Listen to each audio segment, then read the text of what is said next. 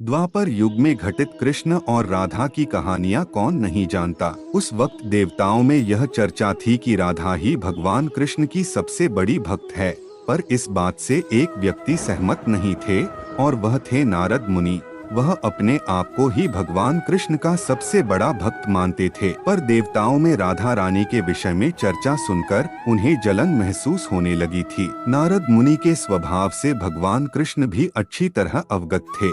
एक दिन नारद मुनि कृष्ण भगवान से मिलने द्वारिकापुरी गए थे। उन्हें आता देख भगवान श्री कृष्ण अपना सिर पकड़कर बैठ गए। मुनिवर ने उन्हें देखते ही पूछा, क्या हुआ प्रभु, आप यूं सिर पकड़कर क्यों बैठे हैं? उस पर द्वारिकाधीश ने उत्तर दिया, मुनिवर, आज हमें सिर में बहुत पीड़ा हो रही है। नारद बोले, तो प्रभु, इस पीड़ा को मिटाने का क्या कोई उपाय है? कृष्ण ने कहा, हाँ, उपाय तो है। अगर मेरा सबसे बड़ा भक्त अपने चरण धोकर उसका चरण अमृत मुझे पिलाएगा तो मेरा सिरदर्द पल भर में ठीक हो जाएगा।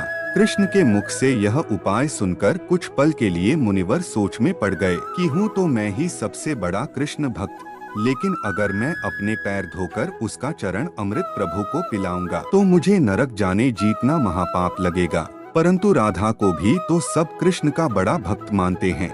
इतना सोचने के बाद भगवान कृष्ण से आज्ञा लेकर नारद तुरंत राधा रानी के महल में जा पहुँचे और उन्हें प्रभु के सिर में हो रही पीड़ा एवं उसके उपाय के बारे में वृतांत सुनाया।